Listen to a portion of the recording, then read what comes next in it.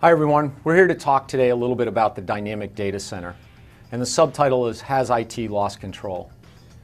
And what this is really all about is the sort of transitions, both business and technological, that our customers are undergoing.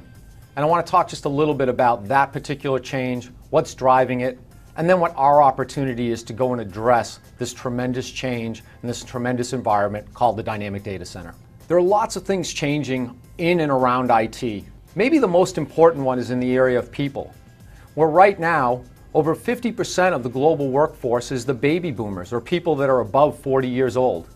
But within the next 10 years, over 75% of the global workforce will be Generation Y workers that are currently between 20 and 30 years of age. And what's important about this is the way that Generation Y people work, behave, play, they mix business and pleasure. They expect immediate technological solutions to what they're doing, and they're far more demanding than any previous generation before them.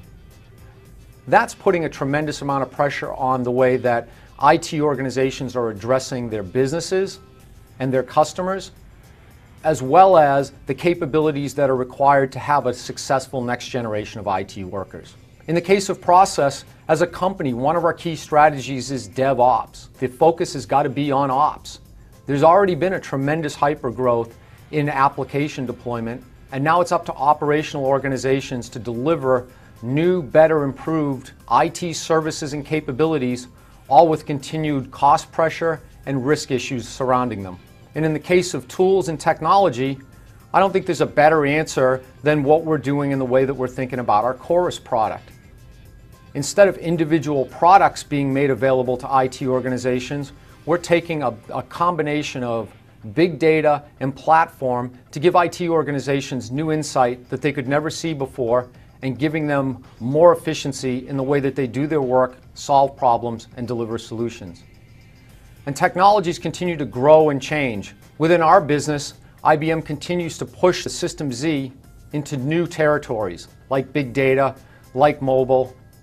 And in addition to that, other companies are moving what was formerly hardware and rigid technological solutions into pure software solutions. And a good example of that is Cisco and all the work that they're putting in with software-defined networks. Now, beyond pressure for IT organizations to change internally, the number one driver is consumerization. And consumerization is all about what businesses need to do to get a customer, retain a customer, and the mandates that customers are putting on businesses.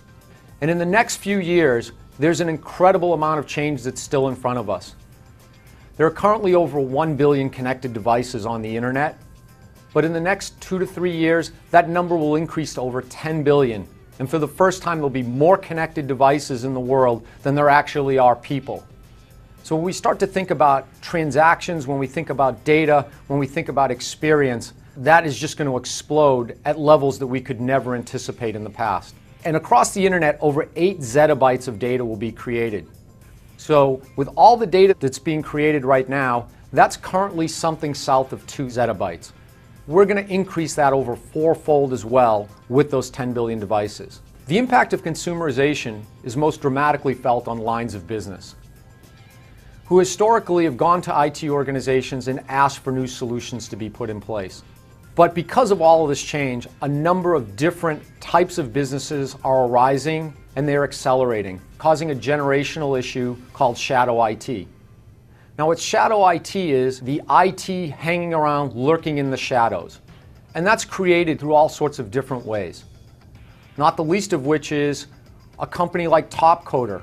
And the best way I can describe Topcoder is they're the eBay of custom software development. So a line of business can go in, have a job bid on, have it developed, have it tested, and have it deployed without the IT organization's knowledge. In addition to that, there are over 65,000 new business applications in the last 5 years. Those are all being deployed, those are all creating data, those are all driving transactions, all putting more pressure on IT organizations. And then we start to think about other services like Dropbox, which has recently gone past 100 million users, and those users are uploading over 1 billion files a day onto Dropbox infrastructure. And industry analysts are thinking that as much as 35% of IT spend is going to occur outside of the core IT budgets by 2015. And there are some prognosticators who say by the time we get to 2020, that may be as much as 90%. So IT organizations can either respond to this a tremendous amount of change, or they could end up being in a place of extinction.